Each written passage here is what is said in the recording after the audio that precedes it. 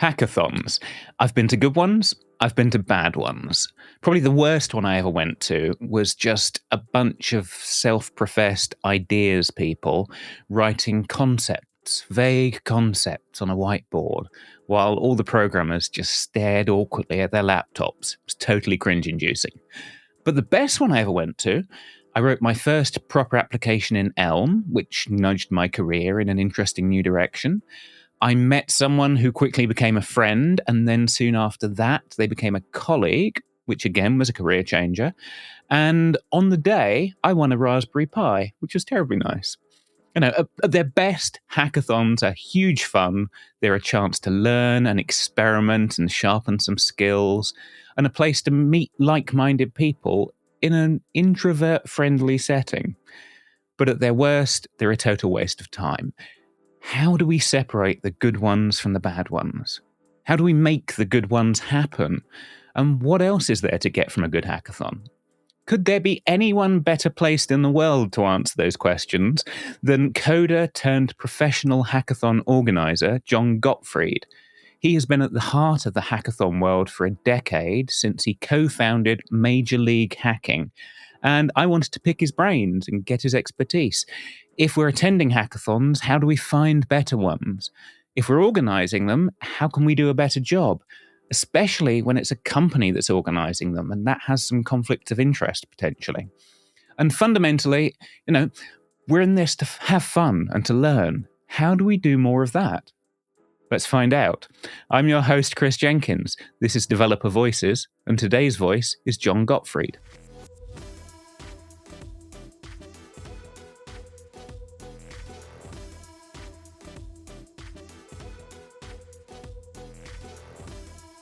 My guest today is Jon Gottfried. Jon, how you doing? I'm doing great. Thanks for having me, Chris. It's a pleasure to have you over. You've been doing, for the past 10 years, I think you've been doing something close to my heart, which is organising hackathons, which I've always found a lot of fun. No, that's not true, actually. I have not always found it a lot of fun. I've had great times at hackathons. I've also been to some terrible ones. Me too. And I want to pick your brains as a veteran organizer of them, what makes the good and the bad. But before we even get to that, we should ask, what's the whole point of a hackathon? What are we trying to achieve? I think of hackathons like a marathon. Everyone might be participating for a slightly different reason. You have the people that are there because they are competitive and they want to win. You have the people there where it's a personal challenge to even finish and do it in the first place. You have people there who just want to do better than they did last time. It really is kind of a choose your own adventure style event, but everyone who's there is there to build something technical. That has a wide range of meaning. You can see robots or websites or homemade self-driving cars all at the same event, but everyone's there to create something. Okay. But that's the participants. What about the organizers? Because it's a two-sided coin, right? That's an interesting question. I actually don't get that one that often. I think that's actually changed more than the participants have over the years. Hackathons have often been organized as a community event. So a way to bring your local developer community together. Maybe you have a particular passion for a certain language or stack. And those events are often organized by volunteers as a way to sort of just create a dedicated time and space for their peers to build things. But over the years, you've seen a lot more corporate-driven hackathons. Like, here's a hackathon on my specific developer platform or API. Here's a hackathon on a theme that my company cares a lot about. Here's a hackathon that is designed to make me money for some reason. You see it all. The one that sort of most resonates with me is the community-driven hackathons, and I do think that's kind of the purest form of the concept. But there is quite a variety of organizer motivations. Yeah, I wonder if I think when a company does it, it can be done well and it can be done badly. and I'm trying to keep my opinion out of this and get yours, but I think that when a company does it really badly, it's like, we'll pay you in pizza and you have to train yourself to use our product. I So agree. I mean, the flip side is, what do you think is a good way for a company to get involved? well, I think what you're really talking about is what is the incentive, what is the motivation, and what is the outcome.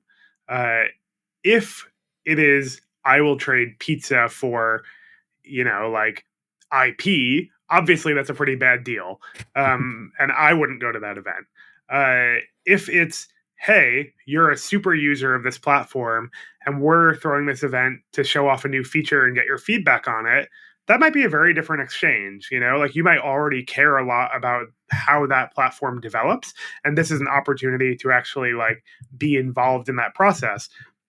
And so the actual like economics of it might be the same. You might still just get pizza and some swag, but you could leave feeling very differently than if you came in, you know, just to serve the company and didn't get anything out of it personally. I think that what makes a good hackathon thrown by a company is a developer first mindset. Like, I don't want to go to an event that is designed only to accomplish the goals of the company throwing it. I Yeah. think that that is a very one-sided experience. If a company is thinking about what do the people who are attending this event want out of it, how can we serve them, how can we make this a valuable, memorable experience for them, that's what creates a good corporate hackathon. And there's a lot of nuance to that, right? Like Mm. I mentioned IP earlier. You should not have to sign an IP agreement to go to any hackathon, whether it's organized by a company or anyone else. You should not have to, sign over even the ideas that you've created. You should be able to build whatever you want, right, within reason. You should be able to, come up with creative, interesting ideas. Like all of those things make it more of a developer experience than a company experience. But you know, you see it all. I don't think that company hackathons are inherently bad, but I do think if you don't approach them with the actual end user in mind, they can run the risk of being exploitative. Yeah. Yeah. It's like a lot of developer relations. It should be from the company, but not about the company almost. It should be about people in Exactly. tech. Yeah. And I think the same thing applies to conferences. The difference with hackathons is that you might be there writing code. But if I went to a conference that didn't care about their attendees and only wanted to be a marketing vehicle for the company, that probably wouldn't be a very good conference. Yeah. It quickly feels like you're going to one of those timeshare meetings. They're trying to sell you Yeah, an eighth of a villa in Spain or something. exactly. Yeah. Okay. So then we should look at how you do that well. Like, what things do you think you can give a developer from a good hackathon? And then how do you organize them so that they get those things? Well, it depends on the demographic of developer that you're talking about here. So at MLH, we primarily work with developers who are early in their careers. And so for them, the motivation tends to be around learning things, stretching their skills in a safe environment, getting mentorship, connecting with peers or even industry professionals. And so the motivations tend to be very like intrinsic. Like I want to go into this event and come out having gained some skills and connections. Um, and honestly, like for a college student, free food over a weekend is actually a pretty compelling proposition. Like they're not swimming in money for the most part. For a Yeah. professional, that's quite different, right? Developers tend to be pretty well compensated. They, probably have things going on outside of work that aren't social or hackathons, right? And I think you have to approach it a little differently. So things that I find really compelling about corporate hackathons, um, access to unreleased products to experiment with them, test them, really kind of like be involved in the product development process. I find it really compelling to be able to gain some of the marketing audience and reach of that company. So if I'm a developer in a particular ecosystem, right? Hmm. Like let's say I'm a really passionate, I don't know, like GitHub like open source maintainer or something, right? Yeah. And I go to a GitHub hackathon, it might be a really compelling proposition for me to get featured on their blog, or to gain some kind of like sponsorship of my project as a prize. That's not necessarily compensating me directly, but it might be a way to leverage the greater sort of audience of the platform that's putting on this event. I think it can be really compelling to just like meet other people who are involved with the same developer ecosystem that I am. Like, I remember at Twilio, many, many years ago before MLH, we used to throw Twilio specific hackathons. And, you would get these people coming who all were really excited about the platform and honestly, like, just wanted to meet other people who were as excited as they were. And so the networking and the connection part of it was just as valuable as them getting to play around with like new APIs. Oh, yeah. Do you think that implies that a good hackathon is in person rather than online? I think it is difficult to recreate the serendipity of in person events online. I have been to good online events and I've been to many, many bad online events. Uh, but I do think that like the things that are really organic and natural about being in person with a group of people where you just happen to strike up conversation, or you see that cool sticker on someone's laptop and you ask them about it, or you get introduced by a friend, like all of those interactions are not impossible virtually, but they're significantly more difficult. Like, I remember, back in 2020, 2021, when all events were basically online, there were a lot of attempts to build virtual networking, virtual discussion groups, like all of those sort of like serendipitous encounters. And it's a little awkward, right? Like, you have to Mm. really buy in to the tooling of that process in order for it to work. And the tooling is just not as human as running into someone in a hallway. Yeah, yeah. I think online has proven to work very well for business as usual, but for the novel stuff, I think it's harder. But what do you mean by that? I mean, like your regular weekly team meeting with people you already know well and work with for a long time. Yeah. Zoom is just fine. You don't need to all be in the office. But for like brainstorming new things or planning a new direction, which is what you end up doing at Hackathon every single time. Hmm. Yeah, I'm not sure anyone's cracked the online version of that. I think it's hard. I mean, I certainly think like creative exercises are harder online. Um, we've all done them out of necessity at this point, but that doesn't mean it's better than being in a room with a whiteboard. Mm. Does that mean I would give up, you know, working from home? Like, I don't know, right? That's a different question, but I do think that it's harder. Yeah, yeah. Most work, I think, doesn't actually need that kind of work every single day.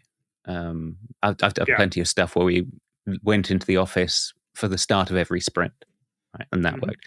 But you've got a different problem because you're seeing a new audience nearly every time, and you're trying to cover. I'm assuming major league. You're trying to cover most of the United States.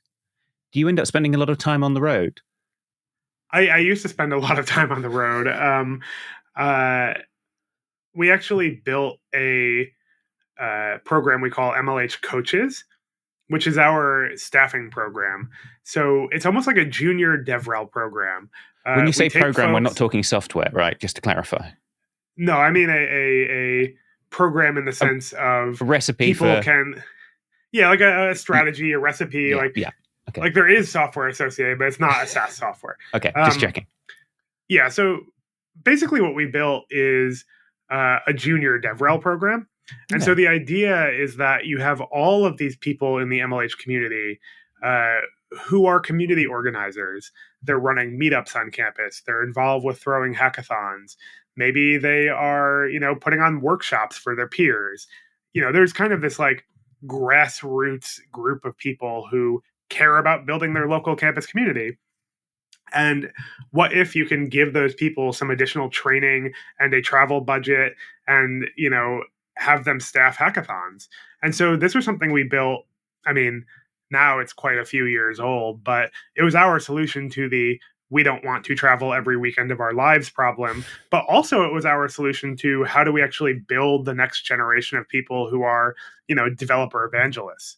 Um, and a lot of the people who have come out of the program are professional developer, Oh, that's relations, cool. developer evangelists, developer advocates these days. And so it really has been a jumping off point for them. But for us, it's been this, mechanism to both like share what we have learned and also scale our reach. Yeah, yeah. I can see that, and I can also see it's like really hard to train people for DevRel. That's the Yeah, first structured, semi-repeatable idea I've heard for that, which is nice. it is really hard. And I think that having people physically go to events representing MLH is part of the secret sauce of how they learn. And we don't just like throw them to the wolves. Like the way our training process works is there is a sort of asynchronous part, right? Like you go through curriculum, you learn things by reading and answering quizzes and watching videos and all of that. But once you've done that, you actually get flown out to an event with a group of other new coaches. And they're there with a more senior staff person, and we run it like a cohort training. Like everyone just like watches and sort of like is there almost as an observer for their first hackathon to see like how does this look and feel in reality. Once they've done that, then we do what we call a paired event, where their second event is them and one other person, where they are maybe taking the lead, but the other person is there to sort of like guide them. Yeah, And only after they've been to those two events, sometimes three, do they actually go to an event solo. And so there is this like gradual ramp up process that I think like really familiarizes people with what's going on. And, hackathons are kind of a chaotic environment, right? And so at any given moment, they might be helping someone debug their code, or they might be, setting up catering, right? And like, I think that both of those things are actually valuable parts of like learning how to serve a community. yeah, yeah. The reality of just keeping the wheels on the engine, right? Yeah. Yep. Okay, then in that case, if you trained all these people, you're perfectly placed to answer my next big question. Because I've been to probably the worst hackathon I ever went to. We showed up in a room for the day, and I'm kind of paraphrasing here, but they essentially said, "Medicine, build something." It's just so abstract and so vague that nobody got anywhere. How do you actually say, okay, some people are coming into a room to write some code, to learn some things? How do we structure this day that everyone will get something out of it? Yeah. So a lot of it has to do with how you kick off the event. I certainly wouldn't go to an event and say, "Hey, New York, like go build something." Um, for us, a good chunk of participants are first timers at every event. It's just part of our model. It's intentional. Hmm. Um, we typically have a opening ceremony that lasts, maybe an hour, something like that, sometimes shorter, where our local organizers, so like in MLH's model, we have local chapters basically on every campus that are doing their events. So the local organizers run that opening ceremony. They talk about why they're throwing the event. They talk about what people are there to accomplish. They talk about, like the theme. Sometimes hackathons have different themes or focus areas. And then they often talk about like APIs and sponsors and prizes.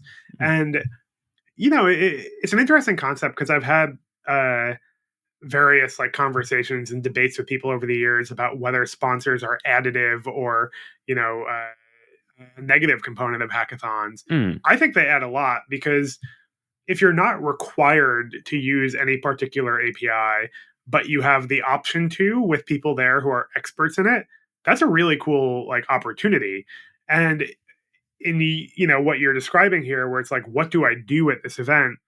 Having people there who are maybe experienced developer advocates or MLH coaches or people representing a developer platform, they can help guide you. And so often what happens is people go up on stage and demo an API or talk about, how you can get free credit for a platform and what it does. And that can get the gears turning of like, what do I want to play around with and build this weekend? The vast majority of people decide on their project like the day of the hackathon. It's Yeah. not something they've been planning for many weeks in advance. And so seeing who's there and who can both like give them free stuff and also mentor them um, can guide some of those project ideas. Like I know when I used to participate in a lot of hackathons, um, I often had like various vague concepts in my mind, and what helped me hone in on them was hearing like, oh, like someone brought an Apple Vision Pro and they're giving a prize away for the best use. That sounds really fun. Like I'm going to play with that this weekend, and you see a lot of that happening. This is the first time you've mentioned this word, but I think it's an important one in hackathons. Play. To what degree is this about mucking about with computers? I think it's almost entirely about that. I think I sometimes describe hackathons to people as like an educational bait and switch. And I don't mean that in a negative way, but like, you're a college student. If someone went to you and you're like, hey, why don't you spend your weekend at this like learning event? You'd probably be like, no, I'd rather go, like play video games with my friends or go out to a bar or whatever. Mm, Um, the way it's framed is come to an event. There's free food. There's swag. There's going to be a lot of free credits for different platforms, and it'll be this super fun, enjoyable way to like play around with technology. mm, The learning is a side effect of that. Like people are primarily engaging in hackathons because they enjoy the process of building something. The outcome may not even be important. Like it's not uncommon to see people demoing their project at the end of the hackathon and they're like, hey, like this was our concept and we got like 30% of it working, but we, learned a lot about how to use, I don't know, like AWS for the first time. Uh, because it's fun, right? And like yeah. developers, I think inherently like tinkering. And the reason why this format is so powerful compared to sitting in your, room tinkering alone is that everyone else is also tinkering around you. And so there's this sort of like energy to it that I find incredibly motivating. And I think a lot of other people do too, to just like see what you can do, right? And Yeah. see what is drawing your attention. Yeah. Yeah. I wonder if we can transplant that because you're talking about a younger demographic, Yeah. but I also meet plenty of coders who have been sucked into the sprint steamroller backlogs, bit of management, and they've completely lost touch with why they got into programming in the first place. Yep. Do you think we can organize things that will bring the joy back to the seasoned programmers? Absolutely. When I was, a developer evangelist before doing MLH, most of our hackathons that we ever did were for professionals. Um, the student thing is much more recent, I think, and it's, Mm, it's what MLH is focused on. But I, I don't know, like I actually think that a lot of the community organized developer events for professionals faded away over the years, and I think that's kind of a shame. mm. Uh, and I would like to see more of them. I, I'm only speaking for London here, but it definitely entirely contracted during Yeah, COVID, and it hasn't come back the way it did. no, not in the same way. And you should be pretty well placed to come up with some suggestions how we can reinvigorate it. Put you on the spot. Any I mean, ideas? I don't know that you need a novel new concept. I actually think what you need is passionate community organizers. Like the best events I ever went to were scrappy, they were low budget, and they were just like someone who really cared about getting a bunch of interesting people together to build something. Like one of the best hackathons I ever went to, and this is maybe back in, I think it's 2008, 2009, was this event called Music Hack Day, which was a Oh, series for a long time. And it was largely organized by like a bunch of music API companies. But the premise was get a bunch of musicians and programmers and other technical people together to build cool music tech hacks over the weekend. And so you would see everything from like, I built a new way to build playlists with your friends to I built this new instrument with like an Arduino and a bunch of like weird, cardboard boxes. And I found that like such a I don't know, like kind of like inspiring concept because it was multidisciplinary. People were really there for fun. And you always saw like such weird, interesting, like kind of creative applications of this stuff. And the other thing they did that I thought was really kind of unique is they would bring in a DJ for the hackathon at night to like have a little party as part of the hackathon. So like everyone would take a break from coding together and like hang out and listen to some music and then go back to coding.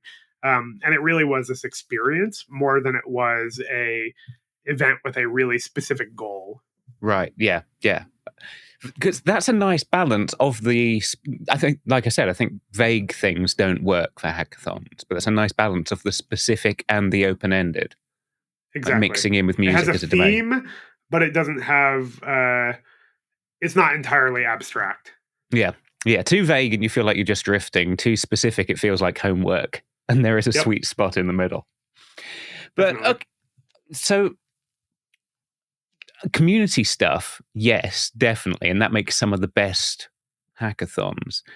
And yet, if you really, really get serious about enjoying building hackathons, as you have, Yeah. you've turned that into a business model. How do you go from weekend coder for fun to actually turning this into something sustainable?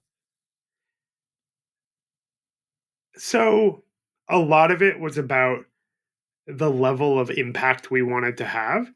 Hmm. So before MLH, myself and my co-founder Swift, we were both developer evangelists. I worked for Twilio, he worked for SendGrid, and this was that 2010, 2011 timeframe where I think there was a lot of community energy in tech in general, Mm. especially in New York where we both lived. And we had both been involved with student developer communities, sometimes as mentors, sometimes, as sponsors. And it was something we cared a lot about. Like it's very apparent when you go on campus and talk to a bunch of students who are learning to, build technology, that these community events totally change how they think about it. It's not like a stodgy old classroom where you're listening to a professor like drone on about algorithms. It's, hey, like let's build something fun. And I get that, the theory is important and it's a good foundation, but for most people it's not the part that they are passionate about, right? And maybe that's how it's taught, I don't know, but these community events really did unlock something for a lot of people. Yeah, I can And so see when that. we were thinking about like what do we want to spend our time on, there was both a lot of organic demand for more student events on campus, but there was also like a need for structures around it. So we could have easily kept doing this on the side. Like we could have just helped people out as a nice favor and, like been the general mentors of the student developer community. Yeah. Um, I think the big thing in the early days that MLH accomplished was creating formal connective tissue between all these campuses. So, you know, MIT, Stanford, like they've had hacker culture for 60 years, Yeah. right? Yeah. I went to a state school in New York. It was a fine school. No hacker culture to speak of before, 10, 15 years ago, at least not in the sense that we're talking about. Yeah. And by creating like a structure around it, you started to give those schools validation and permission to do their own hacker communities. And not only that, you started to actually like create ways for them to work with many other schools nearby in a way that felt like safe and welcoming and like well thought out. And so like going back to it, like I said, part of why we made it a business is to broaden our impact. There's a point at which like if we're doing this just as volunteers, we don't have enough hours in the day or Mm. weekends in the year to support as many campuses as we thought we could support. And we could have been a nonprofit, we could have been a business, it doesn't matter, right? Like they're all organizations that are designed to build something. And I think for us, it was our way of being able to support 200 schools instead of, 5. Yeah. Yeah. That makes sense. There's something I've got to ask you about that in the sustainability side, but I want you to be a bit more specific about connective tissue between Yeah. universities. What do you actually mean by that? So there's a couple things I mean. One is literally helping people arrange like communication between different campuses so that people can travel to each other's events. So, one of the things we haven't touched on is that all MLH events are actually intercollegiate in that I host an event at Columbia University in New York. You might have people driving from 4, 5, 6 hours away to go to that event. And so you get this sort of like cross pollination of a lot of different schools where even if you're like the one hacker at a liberal arts college in upstate New York, you can go be part of that community. And so that's one thing is like literal transportation networks and communication. The other part of it is like shared values and expectations. So one of the things that you said early on is that like you went to a terrible hackathon. So how do you prevent that, right? Like I think the way you prevent that is by having a standardized set of like what makes a good hackathon that people can emulate and expand on. So for us, like we literally set out rules for what is required to be part of the MLH Hackathon League. Like your event has to be free for participants to attend. It has to allow people to own their own IP. It Right. has to have a code of conduct. Like it has to allow people from multiple schools. And there's literally like documents on our website that detail all of this. But it means that you could go to an MLH hackathon in New York, you could go to one in London, you could go to one in, Bangalore, and they will all have like some shared sense of values. Does that actually translate into some practical consistency? I mean, I'm thinking of Starbucks. I can go into a Starbucks anywhere in the world and get basically the same experience. If I Yes and dive into no. a MLH event in New York, will I expect it to be roughly as good as a London one? I think so, yeah. Every local group puts a little bit of a twist on it, Mm. but you should be able to expect at least a similar quality experience. I don't think it's quite as standardized as Starbucks. Like even from a branding perspective, like every event has their own brand and like all of those things. But the values are consistent, right? Like you're not going to show up to an event in London and be surprised that someone suddenly owns all of your ideas, right? like Yeah. like that's not going to happen. And there's other considerations too. Like, and now we're getting really into the nitty gritty, but like how do you know that the event you're showing up for is actually happening? Right? Yeah. Like I've been to events where it was listed on Meetup and I show up and no one's there, Yeah, So me like too. we do some quality control of these events where it's like we look at their venue confirmation from their school. We look at their budget to see that they can actually afford food for the number of people they're expecting. And you got to remember, like, the people organizing these events are college students. So that's not to say they, don't know what they're doing, but for many of them, it's the first time they're organizing a large scale event.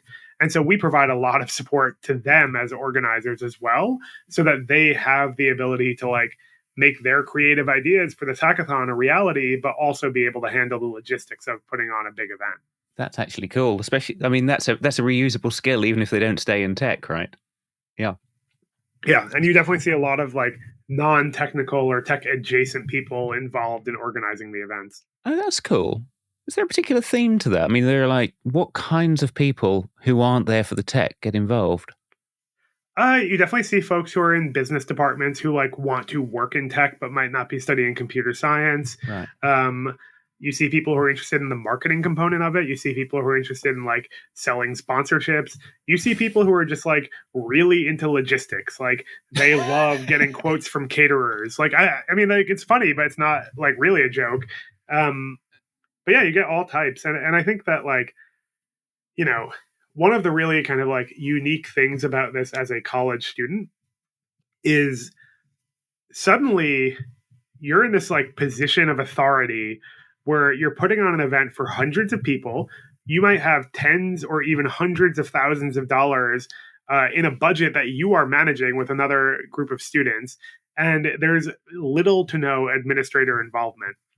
And that's like a first experience for a lot of these people where it's like, Yeah. oh, I'm in charge of something. There are real stakes. There are real people involved, and I want to make it good. Uh, and I think that's like a super cool experience to have when you're, just starting out in your career, where it's like, oh, like I'm making a budget and I'm putting together a sponsorship deck and I'm setting a schedule and doing email communications. And you're right, like those are incredibly valuable, like professional skills of how Yeah. do I create something out of nothing. I mean, this is dark, but I have to wonder, are you ever on the phone to someone at 2 a.m. when they're having a meltdown because they're not on top of the logistics? Yes.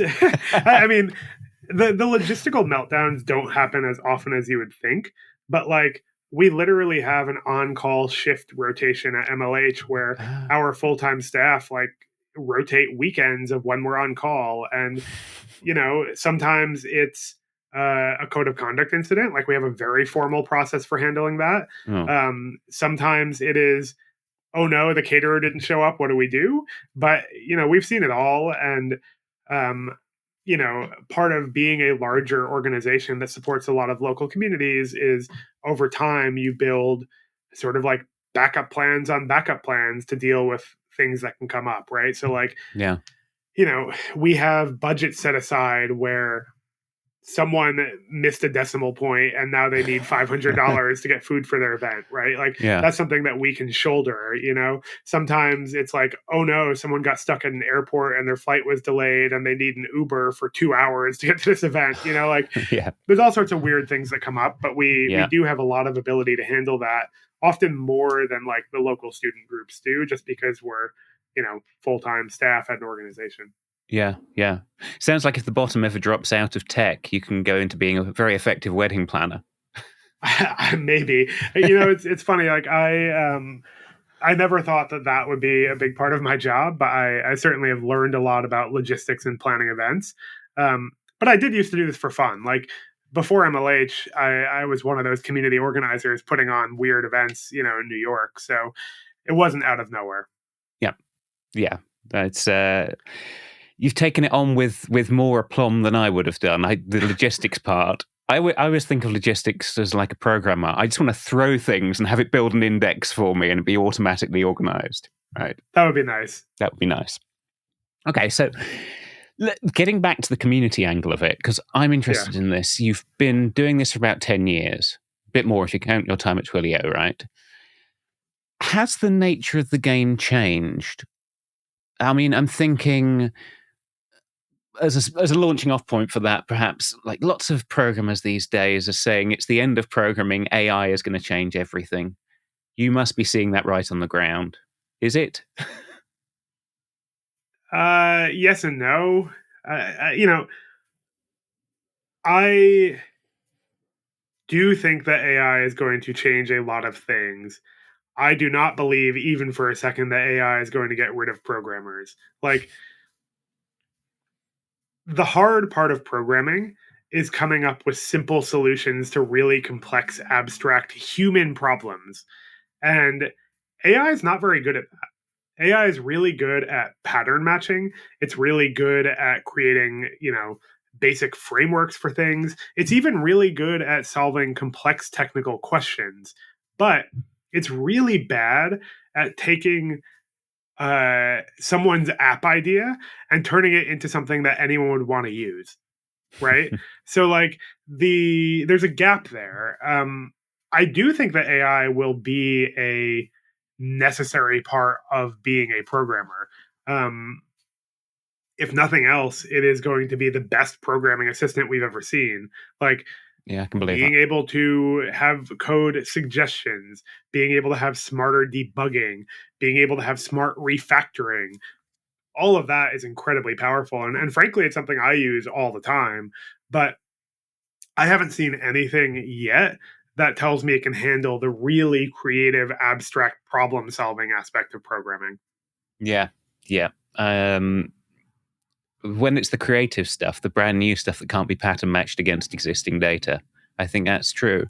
But I'm also wondering if it's changed like students' expectations going in. Are they expecting AI to solve all their problems? Are they I mean, there was a time when I assumed half the people at your things were talking about blockchain, and now they're no longer doing that. What are the trends that you've seen over the past 10 years? We've seen a lot of trends come and go. Like 10 years is a long time in tech. Yeah. 10 years ago, React wasn't a thing, right? Yeah. Or at least certainly not a popular thing. Um, and so we've seen a lot of those kind of things over the years. Like there was a time when Oculus came out where that was an incredibly popular thing to build on. There was a time where um, we saw like this explosion of Web3 projects, which is still somewhat happening, to be honest. Yeah. Okay. Though, less so in finance and more in just like I'm tinkering with cool technology. Uh, AI is different. Like people have been doing machine learning and AI projects for a really long time, even at hackathons. The ease of doing it is different now. The people who I used to see doing those kinds of projects were math people. They were interested in building neural networks. They were interested in statistics. They were interested in like training data, which is great, right? Like those people probably have fantastic jobs right now. Yeah. I think the difference now is that's become generally accessible.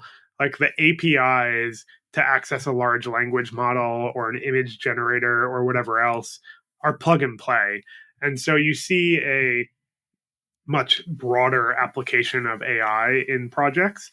Um, and so creative ideas do come out of that. Like, I think there is still a lot of room for experimentation, even just using something like a Chat GPT API. Yeah. Yeah. Okay. I can see that.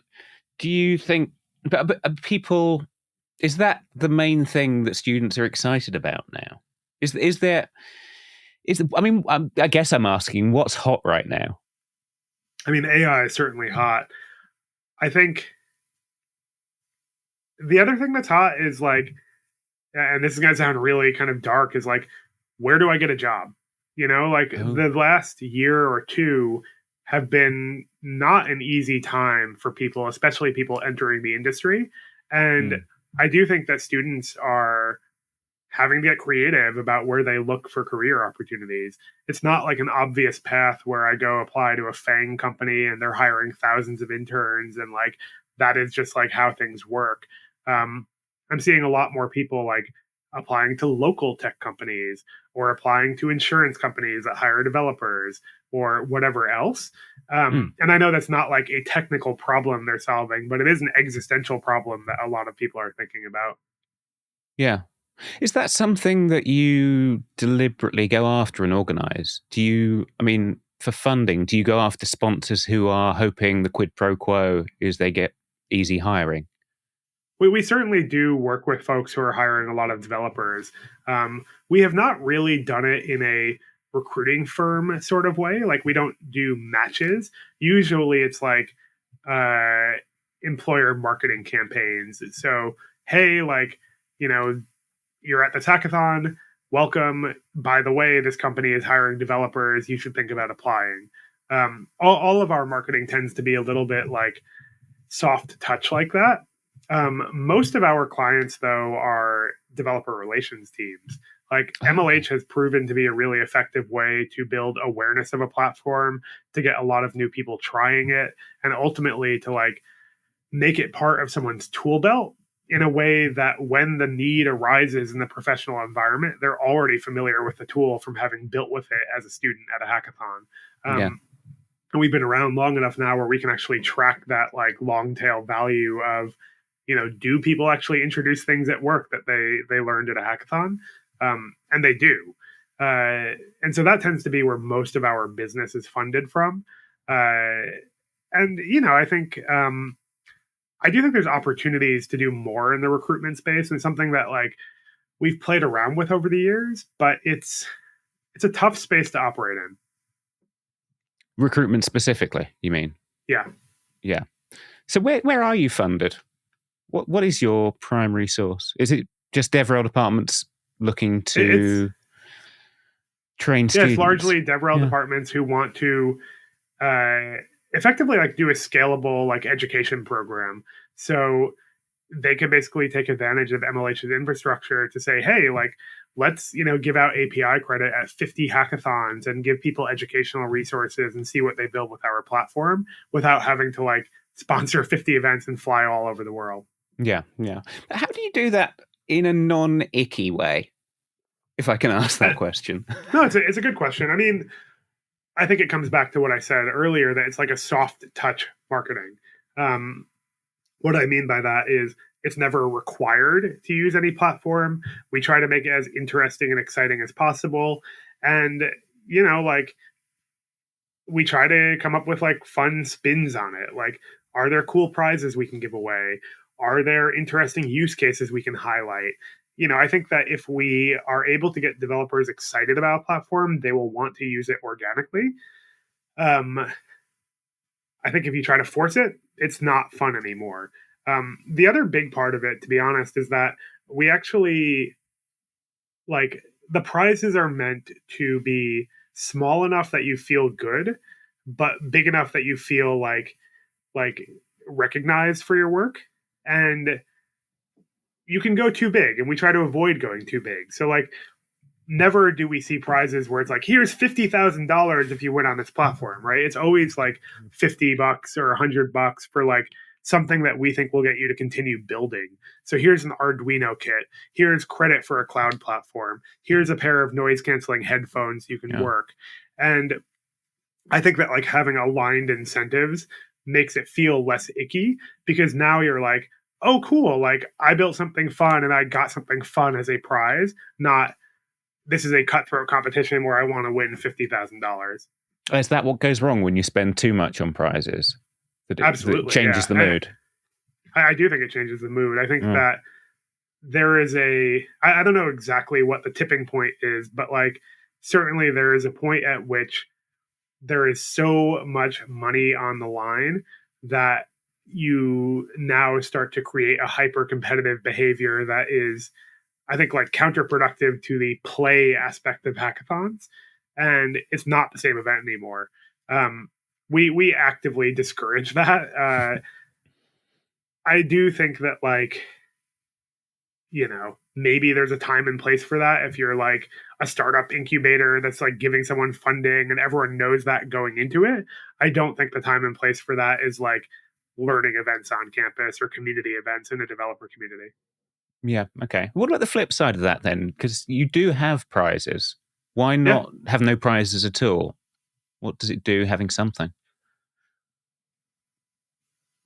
winning a prize at a hackathon, even a small prize, can be an incredible motivator for people to keep being engaged with the community. Um, like I remember many many years ago, I did this like developer contest on some blog where they were like the best project this month wins a Kindle, right? Hmm. And I just like built like a fun project. It was like a cool, like time to experiment with this API, and I won it.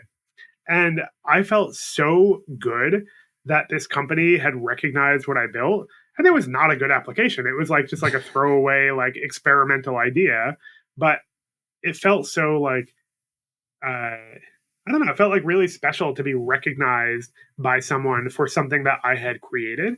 And I think for a Yeah. student, that's doubly true, where your whole life is you're graded for your work against specific prompts. At a hackathon, you could be rewarded and recognized for a creative idea that you came up with and built on your own. And that is incredibly powerful because you leave that experience feeling like, wow, I can do more than I thought I was capable of. I'm going to keep doing this kind of thing because clearly other people think it's cool. Um, and for the people who don't win, it gives them an aspirational path, right? Like you might be there at your first hackathon and you might see your friend, nearby who just won a prize, and you're like, wow, they built something really cool. I could do something like that next time. Yeah. I think Yeah. it's really powerful. And I think that like if the prizes are small, if they are designed to keep people building, if they're designed to make people feel recognized, like that is an incredibly powerful like loop. Yeah. Yeah. And it's a good reminder that these aren't just science or accounting machines. There is a creative aspect to programming, right? Yeah, Again, that like joy to it. and like it's almost like judging an art competition.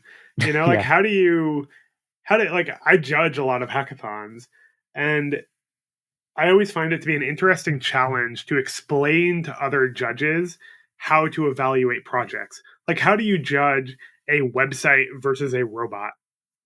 Yeah. I don't know, right? Like, I usually think about like how much did this person learn? How much did they stretch their abilities? How novel is their implementation?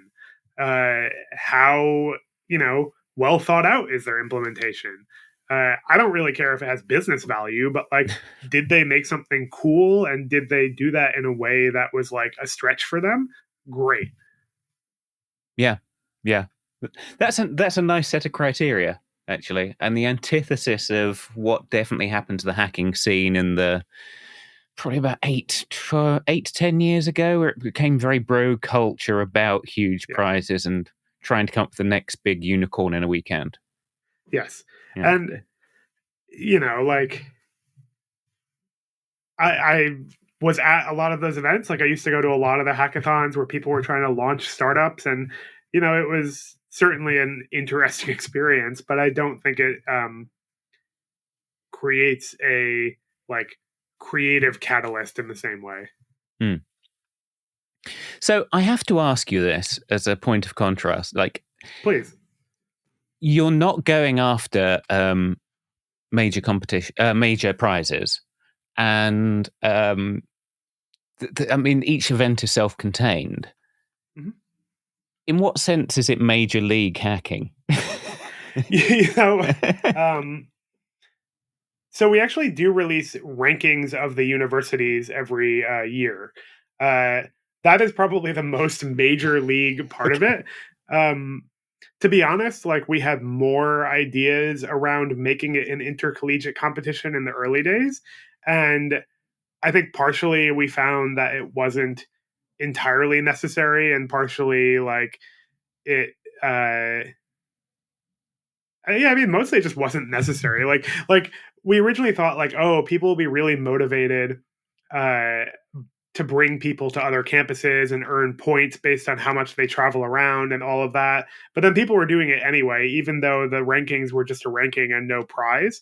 And so we've kept doing it, but it hasn't really been the focal point of like our model. But the brand is cool, it's fun, people like Yeah, it, and so why change it? it's a good, memorable name. Yeah.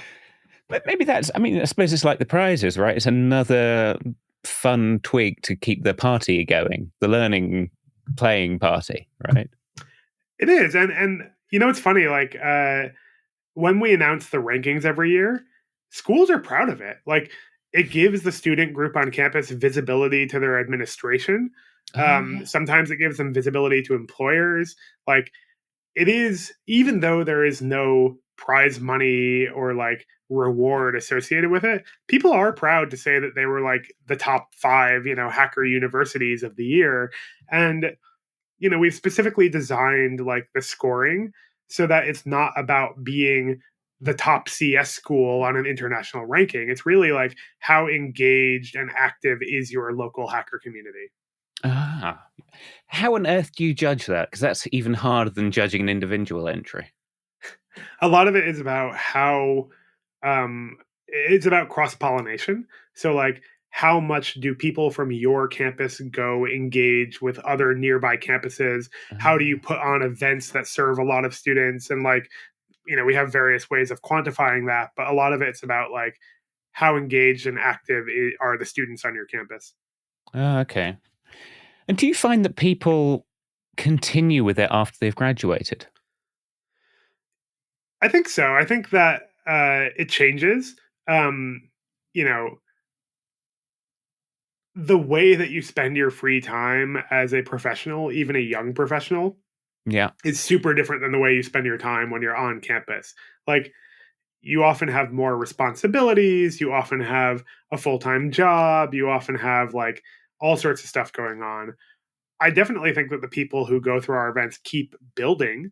I don't think they're still going to hackathons every weekend. I think a lot of them do participate from time to time, but what we see more is their efforts go towards open source work, or I'm building a fun side project with my friends over a longer period of time, or I'm speaking at conferences. You find other ways to do like the creative side of technology. Yeah, if you keep the spirit, then you graduate on that too, I guess. Yeah. Yeah. There's, one of the reasons I ask is I wanted to get you to contrast, because another way people get learning programming these days, and students in particular, is like boot camps. Yeah. And that seems much more fixed, self-contained. Possibly, I don't know. I want your opinion on what you think the strengths and weaknesses are of the two formats. You're saying of like a traditional computer science education versus a boot camp? No, I was actually more thinking like someone who wants to spend their time going to hack events, hack weekends, versus someone that signs up for a specific boot camp. I don't think there is a difference. I think that so for us, we have an incredibly broad definition of what a student is. So when we say we have a student event, you could be a university student, you could be a boot camp student, you could be someone who's like taking a MOOC on your own. We don't care. What we care about is that you're early in your career learning this stuff for the first time. And so you do sometimes see like boot camp students going to our hackathons and engaging with all of this and being a part of this. I don't think that the way that you learn programming or computer science fundamentals matters so much in how you decide whether or not to engage with developer communities. Um, you Okay. see people who are in boot camps who are highly engaged. You see people in computer science programs who are highly disengaged, right? And they're just trying to like get their degree and move on. Um, Usually the thing that is the difference maker is someone giving you a personal pitch on the experience. Um, and so there's a little bit to unpack there. Like, I think that part of what makes hackathons special is that they are somewhat of a um, niche community with their own like jargon and culture and all of those things. Part of being a niche community is that it's like a little weird. Like Yeah. if you think about the pitch objectively of like, hey, like you should go spend your weekend in a room with a bunch of other people, like, locked away building technology, that may not be the most compelling pitch if you just see it on a website, Yeah. right? The thing that usually gets someone to go is a friend inviting them and being like, hey, this was an incredible experience. You would love this. Come with me. Just suspend disbelief. And then people are hooked. And that experience can happen no matter what kind of educational background you have. Um, but I do think it's kind of like necessary to be invited in a way. And we see people doing that in like mass formats on campus. Like you see people where they're literally going classroom to classroom pitching their fellow students on hackathons. Um, That's cool. yeah, it is really cool, but I do think it's like, you know, uh, they don't need to be something that is like easily marketable. Like it's okay for it to be somewhat niche and insular because that makes it feel more special and almost like immune to some of the weirder stuff in the tech culture at large. Yeah. Yeah. It's there has always been in tech, I guess, an identity of people playing with computers just to see what they can do with them. Yeah, And it has receded into the background a little, I think, since there's been so much VC money floating around the culture. It would be nice to bring that back alive. I completely agree. I Yeah. think that um, there's a lot that's been written about like the mainstreamization of tech, right? Like, are people who previously were going to go work on Wall Street now going to tech because that's where the money is? I do think there's components of that, but I also think that you have just as many people who are just like excited about and in love with technology and have creative juice to put in it. Yeah, yeah. Okay, let me maybe then perhaps finish on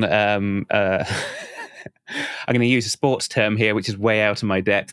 What's your Hail Mary pass? I hope I'm using that correctly for the people who are more senior in tech and have lost touch with that joy of programming. Do you have any suggestions for how we can get it back within our lives? Part of the magic of hackathons is that it is a dedicated time and space away from the other things in your life. And I think that as a senior person, you know, you might have a family, you might have a lot of stuff going on. Finding even a weekend to spend time with some other interesting people to just experiment and be creative, I think it's just an incredibly powerful experience. And I don't think it has to be like a big formalized hackathon. Get 3 or 4 friends together, just hang out at someone's house, just build stuff, but having that, like, dedicated time and space creatively to just play around is what I've seen is that it often, like, uh, relights that spark that a lot of people had when they first went into tech. Um, it can be really easy for tech to just become like just a job where you do your sprint planning and you write the code and you get your code reviews and like it just happens. And you know like maybe that's fun for some people. I think for a lot of people it becomes rote. uh, Setting aside some time with your friends to be creative is really magical, and I think more people should do it. Yeah, yeah, yeah. It's making me think. I know some. I know some guys, like particularly fathers, who will organise a dad's weekend to play golf, and that's Yep. not my cup of tea. But maybe that maybe the next time you're over in England, you can help me co-organise a coding weekend out at a Yeah, nice I'd club. love to. Awesome, John. Great talking to you, and hopefully I will bump into you at a hackathon before too long. Yeah, thanks for having me, and I'm sure I'll see you soon. Happy Cheers. Bye. hacking. Thanks. Thank you, John. I've now got dreams of organising a hack weekend somewhere in the rolling foothills of Italy. Mediterranean food, good wine, the sun setting in the distance, and missing all of it because my code won't compile. That's a good time right there. If you're up for joining a hackathon, you'll find a link to Major League Hacking in the show notes, or it's mlh.io. If you're watching this roughly as it goes out, I noticed they've got a games hacking week next week, which is online and global. I might see if I can find time to join that. That sounds like a lot of fun. And I've also put a link in the show notes to the trailer for last year's Great American Bake Off. See if you recognize one of the contestants. That's a little Easter egg to be going on with. Before you go, if you've enjoyed this episode, please take a moment to like, share, and rate it. And make sure you're subscribed because we'll be back next week with another delicious slice of the software world. Until then, I've been your host, Chris Jenkins. This has been Developer Voices with Jon Gottfried. Thanks for listening.